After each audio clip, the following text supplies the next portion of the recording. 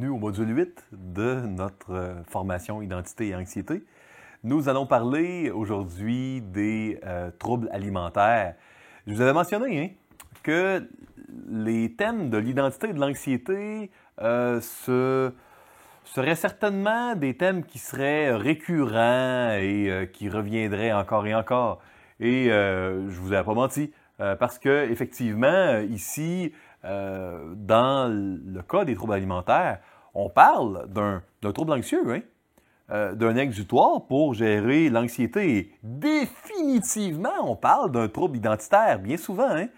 Les troubles alimentaires sont probablement un très bon module à étudier quand on a bien couvert la théologie de l'identité et la théologie de l'anxiété.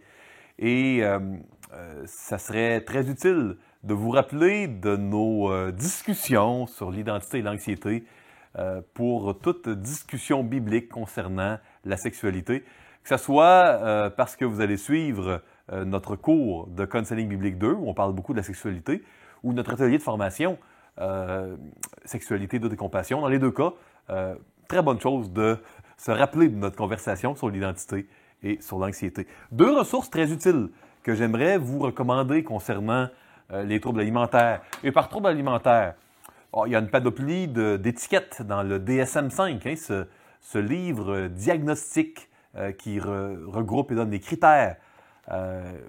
Et bon, on parle davantage du DSM-5 dans le cours Counseling biblique 1. Mais bon, derrière la panoplie d'étiquettes diagnostiques, aujourd'hui, nous nous concentrerons sur l'anorexie mentale et la boulimie. La boulimie, appelée parfois la boulimie nerveuse. La vie est plus que la nourriture. Traduction en français de Love to Eat, Hate to Eat. Un excellent livre qui avait été écrit pour les femmes à l'origine, mais qui honnêtement est un excellent livre pour les hommes et les femmes qui souffriraient de troubles alimentaires. Et ça serait erroné de dire que les troubles alimentaires sont uniquement un problème de femmes. C'est également un problème d'hommes. C'est un bon livre qui a bien vieilli, à mon avis. La petite brochure ici de Ed Welch sur les troubles alimentaires du CCF. Une belle synthèse en français, pas trop longue, pratique, bien détaillée. Ça, c'est vraiment à avoir, à mon avis, dans votre église locale, pour les remettre. Et honnêtement, ça serait une brochure à rendre disponible auprès des adolescents et des adolescentes. Ça, c'est récent, c'est bien écrit, c'est biblique, robuste bibliquement. Moi, je vous le recommande chaudement. Donc, ça, ce sont les deux ressources que je vous recommande en français. L'anorexie mentale, si on prend le DSM-5, on pourrait dire que ça débute habituellement à l'adolescence ou au début de l'âge adulte. C'est rarement avant la puberté et c'est rarement après l'âge de 40 ans que l'on va voir des cas d'anorexie mentale débuter. Et parfois, comme dans bien des problèmes de santé mentale, le début du trouble sera associé, au moins chronologiquement, à un événement stressant. Un viol, la perte d'un parent, un accident grave, un déménagement parfois, le départ de la maison pour l'université. L'évolution et le pronostic de l'anorexie mentale, ça c'est extrêmement variable. Donc, ça peut être très bon comme ça peut être très mauvais. Le terme pronostic en médecine réfère vraiment au ratio de succès versus échec que l'on est apte à définir, le degré d'espoir qu'on peut avoir scientifiquement. Les critères diagnostiques pour l'anorexie mentale du DSM-5, les voici. Premièrement, on doit avoir une restriction de l'apport énergétique quotidien pour le poids, compte tenu du poids, du sexe et de l'âge de la personne, de son développement, de santé physique. Donc, quand il y a un apport calorique, en kilojoules, qui est significativement moindre à ce qu'on devrait, on a le critère A. S'il y a une peur intense de prendre du poids ou de devenir gros, qui persiste et qui interfère, alors que le poids est très bas, là. Donc, une adolescente ou un adolescent qui a un indice de masse corporelle très très bas et qui a une peur intense de prendre du poids, on a le critère B, définitivement. C, s'il y a une altération de la perception du poids ou de la forme de son propre corps. Donc, quand il y a une obsession par rapport au poids et un décalage entre la perception du poids et la réalité face au poids, la perception de la forme physique du corps, la morphologie, et la morphologie réelle. Quand ce décalage entre la vision et la réalité est trop grand, on a le critère C. C'est intéressant de voir que ce pouvoir d'autodétermination par la volonté au niveau de notre identité, il n'est pas partout. Il est de plus en plus populaire dans la culture contemporaine, mais il n'est pas présent au niveau de l'anorexie mentale, parce qu'évidemment, que l'on se voit comme gros ou maigre, ça ne change pas le poids réel qu'on va avoir. La boulimie, aussi appelée boulimie nerveuse, du latin bulimia nervosa, eh bien ça, c'est habituellement aussi quelque chose qui débute à l'adolescence, chez les jeunes adultes, rarement avant la puberté, rarement après 40 ans. Vous voyez, ça ressemble. Les excès hyperphagiques. Ça, un excès hyperphagique, c'est aussi appelé une rage alimentaire. C'est aussi appelé une crise d'hyperphagie. On parle d'ingérer une très grande quantité de nourriture dans un laps de temps petit. Souvent, un laps de temps que l'on va définir à moins de 2 heures. Et là, moi, les clients ou les clientes, ils mentionnent avoir vraiment ingéré, parfois, c'est 1 gallon de crème glacée, 2 sacs de chips, du congelé, du surgelé. Et il y a souvent un aspect anxieux, un aspect identitaire. Il y a les deux. Je crois que pratiquement tous les cas d'anorexie que j'ai pu rencontrer comportaient les deux. Il y a habituellement une période de régime alimentaire restrictif visant à perdre du poids qui suit ces excès d'hyperphagie. Donc souvent, il va y avoir les fameuses purges. Les gens vont prendre des laxatifs ou vont se faire vomir. Et là, il y a différentes manières. Je ne vous le cache pas, avec l'accès de l'Internet, il n'y a plus de secret. Les adolescents et adolescentes, ils ont tous les moyens pour se faire vomir. Et il y a eu une époque où c'était plutôt difficile de se procurer du sirop d'IPK ou des choses comme ça pour se faire vomir. Maintenant, il semble que c'est surprenant tout ce qu'on peut se procurer par Internet, sans qu'il y ait de contrôle. Donc, la succession d'événements de vie stressants, tout comme l'anorexie mentale, peut favoriser la survenue de boulimie dans les échantillons cliniques, dans les recherches. Bon, le comportement alimentaire, il persiste parfois pendant plusieurs années. Donc, pour la boulimie nerveuse, tout comme l'anorexie mentale, le pronostic, il est très variable. Très, très variable. C'est très difficile de savoir où est-ce que ça va la manière dont ça va se projeter dans le futur.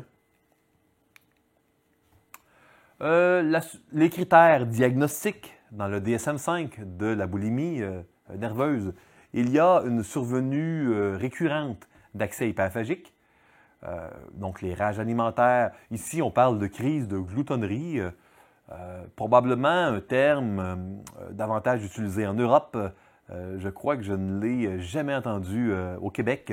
On parle beaucoup d'accès hyperphagique ou de rage alimentaire. C'est les termes habituellement qui vont être utilisés ici, de ce côté de l'océan. Les gens qui utilisent des anglicismes vont parler de binge eating. L'accès hyperphagique doit répondre aux 2 caractéristiques suivantes. Aux 2, 1, il doit y avoir une absorption en une période limitée. Ici, on parle de moins de 2 heures, par exemple. D'une quantité de nourriture dépassant largement ce que la plupart des gens absorberaient dans une période de temps similaire, dans les mêmes circonstances. Il doit y avoir un sentiment de perte de contrôle sur le comportement alimentaire pendant la crise. Les gens décrivent souvent l'impression de ne pas être capable de s'arrêter, de manger, de ne pas pouvoir se contrôler ce qu'on mange, de vraiment perdre le contrôle. Ça commence et ça finit après, et là après, ils reprennent le contrôle, se font vomir, vont prendre des laxatifs, mais Parfois, la détresse, la culpabilité vont les amener à se faire mal. On va souvent voir dans de pareilles circonstances de la scarification. Surtout s'il y a une bonne part d'anxiété derrière ces troubles alimentaires. Les gens vont prendre des couteaux, des lames de rasoir, vont se couper à des endroits qui ne sont pas trop dangereux, ne sont pas trop visibles. Parce que souvenez-vous, on parle d'un trouble identitaire, donc on ne veut pas avoir de marques qui seraient trop facilement visibles durant l'été, quand on est en maillot, etc. C'est ça, ça fait foi de beaucoup de souffrance, ça, quand il y a une combinaison de troubles alimentaires et de scarification. Définitivement, c'est le genre de cas qu'on veut envoyer chez un médecin en parallèle avec un suivi de counseling, parce qu'on veut donner de l'encouragement, mais parfois, il y a des médicaments anxiolytiques qui peuvent aider énormément. Quand les gens ont beaucoup de détresse et en viennent à se couper, il y a une souffrance. Il y a une souffrance et les gens essaient de la gérer du mieux qu'ils peuvent, mais il ne faut pas sous-estimer l'intensité de la souffrance quand les gens font ça. Il faut avoir de la compassion. Donc ça, c'est le critère numéro 2. B, les comportements compensatoires, inappropriés, visant à prévenir la prise de poids, des vomissements, un emploi abusif de laxatifs, et parfois des laxatifs plutôt dangereux. Il y a des laxatifs qui ne sont pas faits pour être utilisés d'une manière coutumière. Parce que vous savez, il y a le mouvement normal du tube digestif que l'on appelle le péristaltisme. Ce mouvement normal, il est affecté par les laxatifs puissants. Donc, quand les gens prennent seulement des émollients fécaux ou des laxatifs de petite envergure, là, il n'y a pas trop de danger, mais parfois, les gens vont acheter sur le marché noir, sur Internet, et ça semble être ridiculement facile, des laxatifs très intenses. Et là, parfois, cela peut avoir un impact sur le péristaltisme. En d'autres mots, c'est comme si le tube digestif devient paresseux. Et là, ça crée une accoutumance, une dépendance. Et les gens tombent constipés dès qu'ils ne prennent plus de laxatifs. C'est pas facile. Ça entraîne parfois de la déshydratation, des déséquilibres au niveau des électrolytes dans le corps humain. Il peut y avoir des complications, même cardiaques chez certaines personnes. Notre corps n'est pas fait pour faire ça. C'est vraiment crève-cœur, toute la cascade de choses qui peuvent survenir. Parfois, au Canada, il y a encore... Le danger est tel que il y a des gens qui sont internés contre leur gré et qui vont être gavés par ordre médical, ordre du tribunal parfois. Donc ça laisse des marques quand les gens sont... parfois, quand les gens sont internés contre leur gré. Donc ça, c'est pas facile.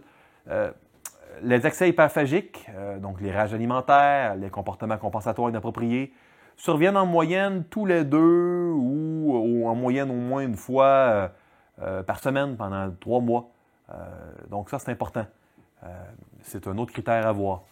D, l'estime de soi est influencée de manière excessive par le poids et la forme corporelle. Ça, c'est comme l'anorexie. Et E, le trouble ne survient pas exclusivement pendant des épisodes d'anorexie mentale. Donc, si on a un diagnostic d'anorexie et que le trouble survient uniquement là, on doit prioriser le diagnostic d'anorexie mentale. Je dis nous, mais évidemment, on ne pose pas de diagnostic en counseling biblique, on laisse ça au médecin. Mais sinon, le critère E fonctionne. Donc, comme vous voyez, il y a bien des choses en commun entre l'anorexie mentale et la boulimie nerveuse. La différence importante, je vous dirais, vous voyez ici, si on retourne à l'anorexie, il y a la restriction des apports, il y a la peur de prendre du poids et il y a l'altération de la perception. Ce qu'on doit rajouter dans la boulimie nerveuse, c'est ces excès hyperphagiques, le A. Ça, c'est... on ajoute ça et là, il y a des comportements qui sont compensatoires, donc en lien avec les excès hyperphagiques. Et là, il y a une fréquence qui est donnée pour le C. Donc, on voit que ça se ressemble, mais que c'est différent. L'anorexie mentale, ça, c'est vraiment controversé. Mais certaines études mentionnent qu'il y aurait peut-être 56% de génétique. Il y a d'autres études qui semblent dire que c'est pire, d'autres moins pire. on n'est pas certain à ce point-ci. La boulimie serait fortement influencée par un milieu familial dysfonctionnel, mais encore là, j'imagine que tous les êtres humains ont une prédisposition quelconque, une vulnérabilité quelconque à développer une maladie mentale. Et dans un milieu familial dysfonctionnel, j'imagine qu'il y a bien des choses qui ne seraient peut-être pas sorties qui peuvent sortir. Hein?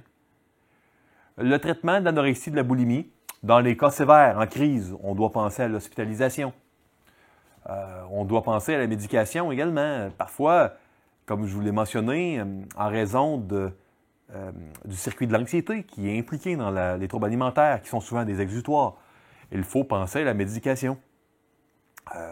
Les thérapies, que ce soit des traitements psychologiques ou des encouragements avec la parole, hein, du counseling biblique, pour moi, c'est important. Hein? Quelques stratégies pour le counseling biblique de personnes vivant de l'anorexie et de la boulimie. Les troubles alimentaires sont habituellement des désordres au niveau des émotions. Ça, c'est effectivement non pas une cause, mais une facette descriptive que l'on va retrouver dans les troubles alimentaires. Il y a souvent une part génétique. On voit souvent des troubles alimentaires chez les victimes d'abus sexuels. Ça, c'est très fréquent. Maintenant, encore une fois, l'abus sexuel, c'est tellement destructeur. Il y a bien des choses qui sont latentes chez un individu qui peuvent être déclenchées à ce moment-là. Et s'il y a eu victimisation après, ça peut être pire. J'en suis convaincu personnellement. Ça, c'est une opinion. Hein? Apprendre à connaître la personne et bâtir la relation, ça, c'est important. C'est très important. C'est important dans tout counseling. Attention de ne pas créer trop de performances. Oui, ça, c'est important. Il y a des gens qui vont demander de faire un journal alimentaire et de faire attention. Mais il faut comprendre qu'il y a une obsession face à la nourriture chez les gens qui sont boulimiques ou anorexiques. Donc, aussi bien fondé que cela puisse sembler, trop d'accent sur la nourriture, quand la nourriture est déjà au centre de l'univers de certaines personnes souffrant de boulimie et d'anorexie mentale, ça peut être contre-productif. Donc ici, il y a un effet pervers qui peut survenir. On doit être patient, on doit remettre la nourriture et le poids dans une juste perspective biblique. Ça, moi, je trouve que le livre de Elise Fitzpatrick le fait très bien. La beauté, l'aspect identitaire, la nourriture, c'est important, mais il y a des points à prendre et des points à mettre de côté. Ça, c'est très bien.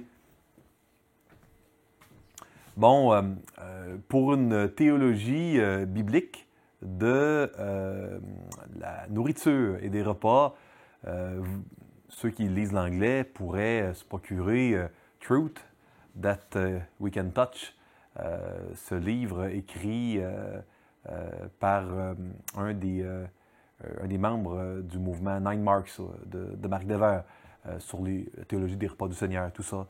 Ça, il y a définitivement des réflexions sur la théologie biblique de la nourriture qui sont très pertinentes ici.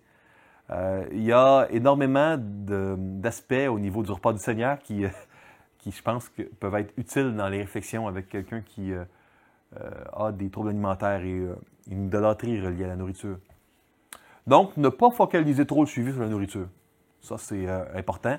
Et créer un contexte où la vérité peut être exprimée de la manière la plus facilitante possible. Hospitalisation, c'est nécessaire. Ça, c'est important. Surtout quand on voit qu'il semble y avoir des problèmes cardiaques, que le médecin semble être inquiet. Suivi médical, ça, c'est, dans ma tête, un must. C'est nécessaire. Réaliser que la boulimie est souvent reliée à un tableau de troubles obsessifs-compulsifs. Pas toujours, hein. L'anorexie mentale est, évidemment, souvent reliée à un tableau d'anxiété. Qu'est-ce qui peut être en dessous de l'anorexie mentale, la boulimie nerveuse? Parfois, ça commence par des déclarations de dépendance qui se sont complexifiées. Il peut y avoir des accents sur le contrôle, des tentatives de contrôler. Ça peut commencer comme une discipline, ça peut commencer par de la honte. L'amorce est diverse. Hein? Ça, c'est des amorces, ce n'est pas des causalités complètes. C'est très important de demander aux gens qui souffrent de troubles alimentaires de vous raconter leur histoire et prenez le temps de les écouter. Ça, c'est important. Présentez-leur le Seigneur tel qu'il Il est décrit dans la parole de Dieu par rapport à leur histoire. Réaliser qu'il n'y a aucun commandement dans la parole qui dit d'être mince. Ça, c'est très important. C'est parfois une vérité qui libère beaucoup. Travailler à avoir une bonne perspective de la nourriture selon la parole. Ça, c'est important, ça aussi. De former la personne, la coacher pour l'aider à reconnaître puis identifier les mensonges, les mécanismes de pensée erronés qui l'amènent à de mauvaises habitudes alimentaires. Réaliser que les troubles alimentaires, ça prend racine dans la chute originelle, ça. Et faire réaliser que les habitudes alimentaires de la personne, elles sont mauvaises, même pécheresses, et qu'il faut s'en repentir et recevoir le pardon de Dieu. Il ne faut pas se gêner de le dire. C'est pas une compassion bien placée quand on n'est pas en train d'encourager avec beaucoup d'humilité et d'amour quelqu'un à la repentance par rapport à des péchés, parce que la repentance, c'est libérateur. Et ces gens-là ont besoin d'être libérés. Suivre une diète établie à l'aide d'un nutritionniste, ça peut être parfois utile, mais ça, c'est pas pour tous les cas. Parfois, il y a trop d'obsession par rapport à la nourriture. Ça dépend. Ici, il y a un cycle de contrôle que l'on voit souvent dans les cadres de troubles alimentaires. Il y a une alimentation normale, suivie d'une diète, jeûne, anorexie, vomissement, boulimie, vomissement, manger trop, normal. Et ce cycle-là va souvent être discerné dans l'histoire des gens souffrant de troubles alimentaires.